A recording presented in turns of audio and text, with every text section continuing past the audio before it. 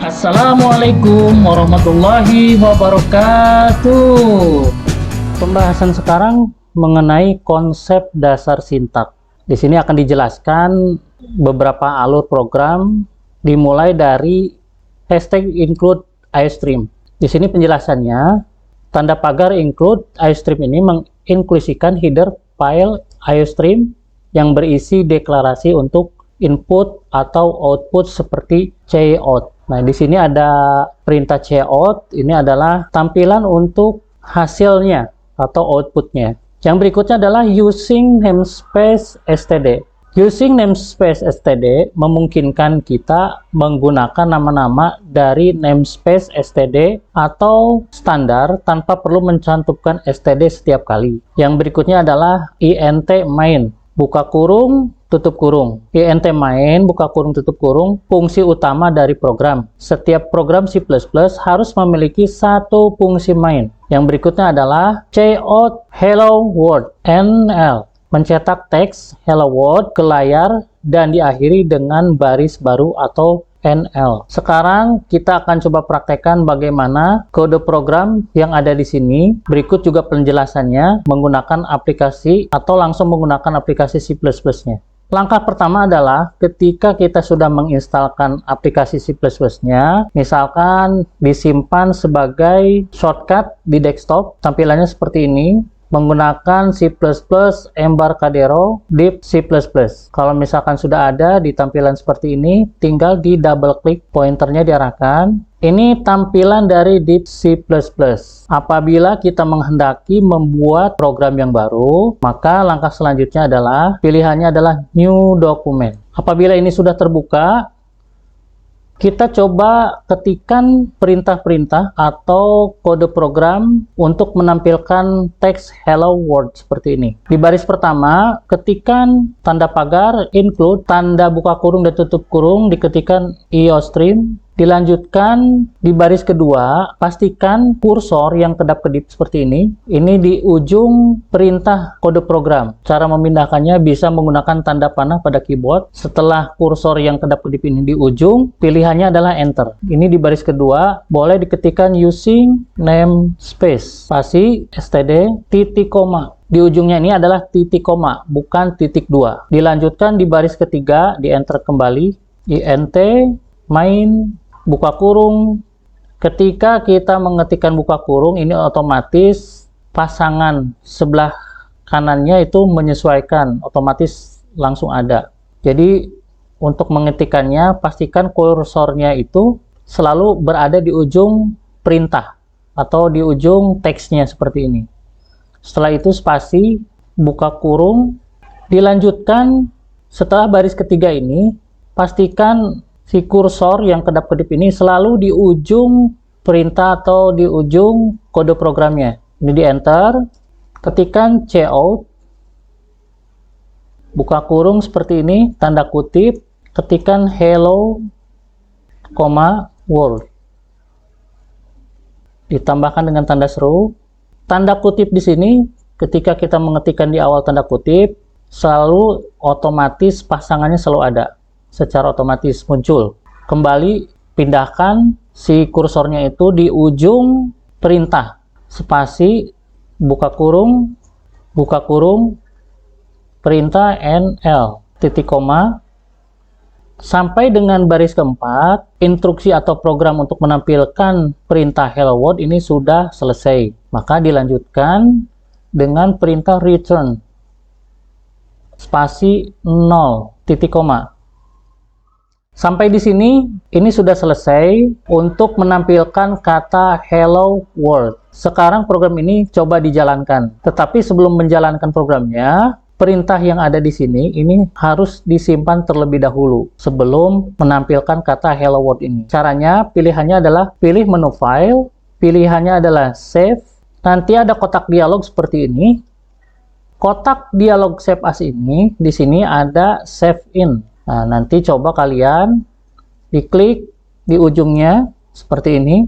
Pilihannya cari di drive data atau di data D. Apabila memang komputernya sudah dipartisi atau dibagi dua di harddisknya. Setelah ditentukan pilihannya di mana, misalkan ini di data D, pilihannya adalah membuat folder yang baru atau create new folder.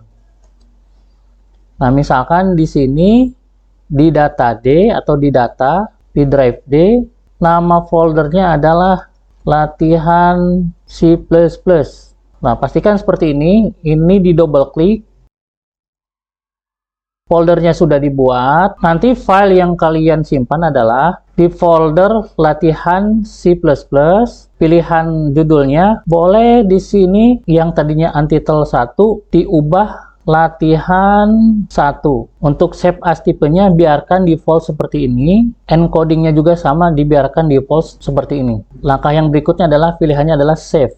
Setelah di save, langkah yang berikutnya adalah menjalankan programnya atau menjalankan instruksi-instruksi yang sudah diketikkan sebelumnya. Caranya di menu bar, di toolbar standar ini di sini ada pilihan compile and run. Pastikan untuk memunculkannya keterangan compile and run itu arahkan pointernya ke menu compile and run atau F+.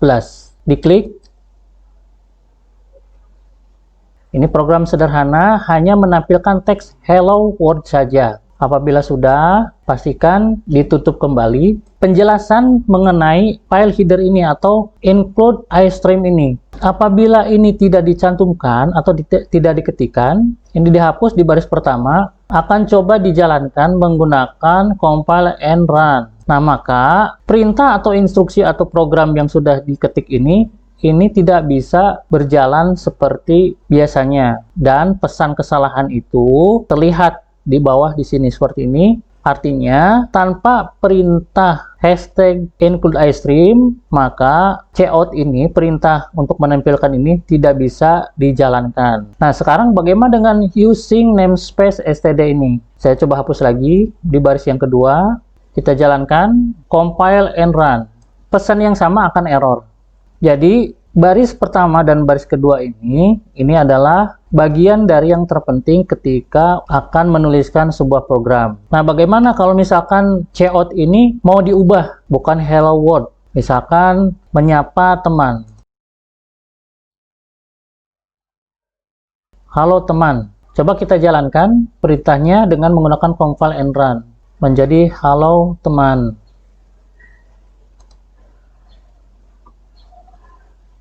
Demikian untuk penjelasan dari sintak dasar. Yang berikutnya adalah konsep dasar sintak deklarasi variabel. Di sini ada keterangan int umur sama dengan 20. Ini fungsinya adalah mendeklarasikan variabel bertipe integer bernama umur dengan tipe data int atau bulangan bulat dengan nilai awal 20. Float tinggi 1,75. Mendeklarasikan variabel bertipe float atau bilangan desimal bernama tinggi dengan nilai awal adalah 1,75. Chart karakter A. Mendeklarasikan variabel bertipe karakter bernama karakter dengan tipe data chart atau karakter tunggal dan memberikan dengan nilai awal A mengubah huruf besar menjadi huruf kecil atau sebaliknya. Menampilkan nilai variabel. Di setiap program, pastikan include iStream dan using namespace std itu selalu ada. Penjelasan di sini int umur, mendeklarasikan variabel bertipe integer bernama umur dengan tipe data int atau bilangan bulat dengan nilai awal 20. Float tinggi 1,75 mendeklarasikan variabel bertipe float bilangan desimal bernama tinggi dengan nilai awal 1,75. Chart karakter A mendeklarasikan variabel bertipe karakter bernama karakter dengan tipe data chart karakter tunggal dan memberikan dengan nilai awal A mengubah huruf besar menjadi huruf kecil atau sebaliknya. Nah, sekarang kita akan coba mempraktekkan menampilkan int umur, float, tinggi, chart karakter A. Untuk menampilkan nilai variabel, kode programnya sudah diketikkan, sekarang tinggal dijalankan. Pastikan untuk langkah yang berikutnya adalah simpan kembali setiap program yang sudah dibuat agar mudah untuk bisa dijalankan. Langkahnya saya ulangi sekali lagi, ke menu file, save. Di sini ada save as. Tadi sudah dibuatkan foldernya. Langkah yang berikutnya adalah bisa mengetikkan di sini di file name-nya adalah latihan 2. Pilihannya adalah save. Langkah yang berikutnya adalah menjalankan programnya. Compile and run. Tampilannya seperti ini. Umurnya 20, tingginya 1,75 meter, karakternya adalah karakter A. Ini adalah program menampilkan nilai variabel. Yang berikutnya adalah konsep dasar sintaks melakukan perhitungan atau menghitung BMI. BMI itu apa? BMI adalah singkatan dari Body Mass Index atau dalam bahasa Indonesia sering disebut indeks massa tubuh. Ini adalah suatu ukuran yang digunakan untuk menilai apakah berat badan seseorang sudah proporsional dengan tinggi badannya. Dengan kata lain, BMI memberikan gambaran umum tentang status berat badan seseorang. Apakah terlalu kurus, ideal, kelebihan berat badan, atau obesitas. Programnya untuk menghitung BMI. Programnya sudah dibuat, sekarang tinggal kita jalankan. Sebelum menjalankannya, kita simpan dulu di menu file, save as. Tadi sudah disimpan, sekarang kita ubah di sini judulnya latihan 3. Save. Sekarang kita jalankan di menu toolbar standar dengan menggunakan compile and run. Hasilnya 21,2245. Apabila kalian menghendaki mengubah, misalkan umur 15 tahun, tingginya 150, berat badannya 60. Berapa BMI-nya? Dijalankan. BMI-nya adalah 26,6667. Yang berikutnya adalah konsep dasar sintaks membuat keputusan. Dimulai dari baris yang pertama, I include, I stream, using namespace, umurnya berapa, dan seterusnya sampai dengan return. Kita coba praktekkan. Kode programnya sudah selesai diketikkan. Yang berikutnya adalah menyimpan kembali kode program yang sudah dibuat. Di menu file, save as. Di sini sudah disimpan di dalam folder C++. Maka tadi latihan 3, sekarang latihan 4. Pilihannya save. Yang berikutnya adalah menjalankan dengan menggunakan compile and run.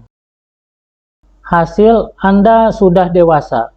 Mari kita lihat. Di sini ada pernyataan INT umur, artinya menyisipkan karakter bilangan angka 20. Umurnya di sini lebih dari sama dengan 18. Artinya yang ditanyakan umurnya 20 atau lebih dari 18. Ini artinya sudah dewasa. Nah, bagaimana kalau untuk memunculkan Anda belum dewasa? Misalkan di sini input nilai bilangannya adalah misalkan 15. Coba kita jalankan, hasilnya Anda belum dewasa. Umur yang dewasa itu adalah perintahnya lebih dari atau sama dengan 18. Yang berikutnya adalah konsep dasar sintaks percabangan if else.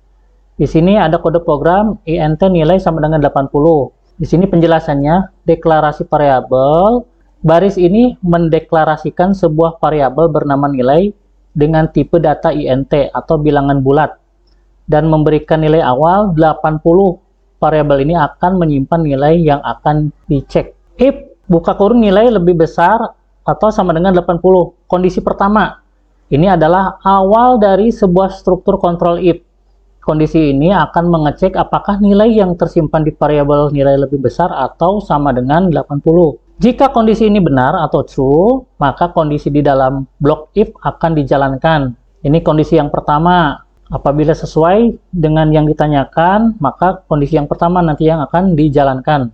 Kalau misalkan tidak sesuai, maka perintah yang kedua nanti yang akan dijalankan. Yang berikutnya adalah cout, selamat Anda lulus dengan nilai A. Yang nilai A ini adalah yang memiliki nilai 80. Output, jika kondisi yang pertama benar, jadi outputnya, jika kondisi yang pertama benar, maka program akan mencetak pesan. Selamat Anda lulus dengan nilai A. Yang tadi, kalau misalkan kondisinya benar, nilainya 80 atau sama dengan 80 atau lebih besar 80, maka nilainya A. Atau misalkan di bawah 80, misalkan di sini adalah nilainya lebih dari 70 atau sama dengan 70, maka nilainya adalah nilai B. kondisi kedua. Nah, ini kondisi kedua yang tadi dijelaskan. Jika kondisi pertama salah, artinya tidak memenuhi syarat nilainya 80. Maka dikatakan false. Maka ini kondisi kedua yang dijalankan. Program akan melanjutkan ke kondisi kedua. Kondisi ini akan mengecek apakah nilai lebih besar atau sama dengan 70. Maka tampilannya atau cout-nya itu adalah Anda lulus dengan predikat nilai B. Nah, seperti ini tampilannya atau outputnya. Kondisi default, jika kondisi di atas salah, maka program akan menjalankan kode di dalam box else. Cout Anda tidak lulus apabila tidak memenuhi dua kriteria yang ditanyakan. Pertama, nilainya 80 atau lebih. Yang kedua adalah 70 atau lebih. Ini program konsep dasar sintaks percabangan if-else. Jadi ini contoh program dengan input penggunanya. Langkah yang berikutnya adalah mengetikkan kode program, contoh program dengan input pengguna dengan percabangan atau if-else. Kode program sudah diketikkan, simpan kembali. Di sini dengan menggunakan menu file, save as, simpan dengan nama file latihan 5. Yang berikutnya adalah jalankan dengan menggunakan menu compile and run. Nah, di sini karena tadi adalah konsepnya contoh program dengan input pengguna. Masukkan nilai Anda. Tadi sudah dibahas bagaimana kalau yang nilainya 80 atau lebih dari 80. Kita coba dengan nilai 80. Enter. Maka tampilannya adalah selamat Anda lulus dengan nilai A. Yang berikutnya kita coba jalankan bagaimana kalau misalkan hasilnya itu 70. Maka nilainya adalah B. Tadi pernyataannya apabila nilainya 80 maka lulus dengan nilai A. Apabila nilainya 70 maka nilainya adalah B. Nah, sekarang bagaimana kalau misalkan nilainya 65? Nilai 65 tidak memenuhi kriteria yang pertama dan yang kedua. Maka dianggap tidak lulus karena nilainya kurang dari 70. Yang berikutnya adalah konsep dasar sintaks perulangan atau for. Misalkan di sini ada contoh program. Jadi perulangan itu adalah outputnya seperti ini, mencetak angka 1 sampai dengan 5 dengan kondisi angka 1 dan angka 2 ini ada spasi. Begitupun juga 2 ke 3 menggunakan spasi, 3 dan keempat spasi, 4 dan kelima ini menggunakan spasi. Di sini ada include IOStream. Ini headernya yang di awal selalu dibahas, ini harus selalu menampilkan include IOStream. Yang kedua, using namespace std. Yang berikutnya adalah int main, fungsi utama program dari C++ ini. Yang berikutnya for buka kurung int i sama dengan 1, di mana i ini adalah kurang dari atau sama dengan 5. Jadi nilainya 5, titik koma, i++ ini adalah loop for yang akan berulang sebanyak 5 kali. Melakukan loopnya itu atau perulangan itu sebanyak 5 kali. int i sama dengan 1 mendeklarasikan variabel i dengan nilai awal adalah 1. I kurang dari sama dengan 5, kondisi perulangan. Loop akan terus berjalan selama i kurang dari atau sama dengan 5. i++ increment, nilai i setelah setiap iterasi. Cout i mencetak nilai i diikuti dengan spasi. Cout enl menambahkan baris baru setelah perulangan selesai. Return O menunjukkan bahwa program berakhir dengan sukses. Kode program yang ada di sini kita coba ketikkan menggunakan C++. Seperti biasa, sebelum programnya ini dijalankan, di-save kembali, file, save, simpan dengan nama latihan 6. Latihan 6 di-save, kita coba jalankan. Ini adalah hasilnya. 1, spasi 2, spasi 3, spasi 4, spasi 5. Nah, bagaimana kalau misalkan tanpa menggunakan spasi? Misalkan di sini di karakter tanda kutipnya tidak usah menggunakan spasi. Di antara tanda kutip, apabila kursornya di sebelah kanan seperti di layar, ini menggunakan tombol backspace pada keyboard. Kita coba jalankan, compile and run. Ini tanpa ada spasi. Jadi langsung 1, 2, 3, 4, 5 tanpa adanya spasi. Apakah boleh ini ditambahkan jumlahnya menjadi 10? Boleh. Misalkan diubah di sininya menjadi 10 di baris ke-6. Maka hasilnya seperti ini, tanpa spasi. Dan bagaimana kalau misalkan menggunakan spasi? Di sini di baris ke-7, artinya aktifkan kembali, diklik menggunakan pointer, sehingga kursornya berada di antara tanda kutip. Tekan tombol spasi pada keyboard, dan dijalankan, compile and run. Maka hasilnya 1 sampai dengan 10 ini menggunakan spasi. Yang berikutnya adalah konsep dasar sintaks, fungsi int penjumlahan, int a, int b, return a plus b. Fungsi ini memiliki nama penjumlahan dan dirancang untuk melakukan operasi penjumlahan. Int penjumlahan, int a, int b. Int menunjukkan bahwa fungsi ini akan mengembalikan nilai bertipe integer atau bilangan bulat. Penjumlahan, nama fungsi yang kita berikan. Int a, int b, parameter fungsi. A dan b adalah variabel bertipe integer yang akan menerima nilai ketika fungsi dipanggil. Variabel ini akan digunakan dalam perhitungan penjumlahan. Return a ditambah b, return kata kunci untuk mengembalikan nilai dari suatu fungsi. A plus B melakukan operasi penjumlahan nilai antara A dan B, lalu mengembalikan hasilnya. Cara kerja fungsi yaitu pemanggilan fungsi. Ketika fungsi penjumlahan dipanggil, kita harus memberikan dua nilai integer sebagai argumen, nilai yang dimasukkan ke dalam parameter. Penyerahan nilai yang kita berikan akan disalin ke variabel A dan B di dalam fungsi. Perhitungan, fungsi akan melakukan penjumlahan antara nilai A dan B. Pengembalikan nilai, hasil penjumlahan akan dikembalikan ke tempat pemanggilan fungsi. Di sini ada contoh dari kode programnya. Coba kita praktekkan dengan menggunakan aplikasi C++-nya. Konsep dasar sintak menggunakan fungsi ini sudah selesai diketikkan, maka yang berikutnya adalah menjalankannya dengan menjumlahkan int a dan int b. Sebelum menjalankan, pastikan disimpan. Simpan dengan nama latihan 7. Pilihannya save. Sekarang kita coba jalankan. Nah, karena di sini adalah fungsi menjumlahkan, maka masukkan angka yang pertama. Misalkan angka yang pertama 10. Kita enter. Masukkan angka yang kedua. Angka yang kedua misalkan 20. Maka hasil penjumlahan A dan B, A-nya adalah 10, B-nya adalah 20. Maka hasilnya adalah 30.